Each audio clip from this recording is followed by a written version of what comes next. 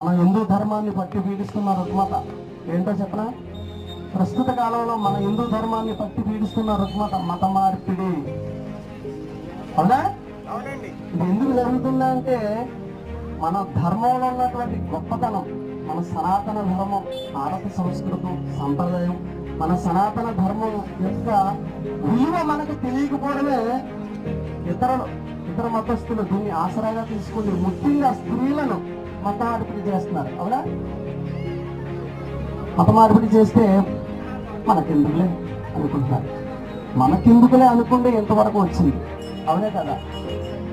మనకెందుకులే అని అనుకోకూడదు. మన ఇంటి పక్క కూడా మతం మార్పిడి మనకెందుకులే అనుకోకూడదు. రేపు ఎత్తున నీ ఇంటి పక్కనే ఇల్లు ఎంటు పోతే నువ్వు మనకెందుకులే వదిలేస్తావా? రేపు తర్వాత నీ ఇల్లు ఎంటు పోతే అవునే కదా? ఇప్పుడు పక్కనాడు మతం మారిపోతే నాకెందుకులే వదిలేస్తా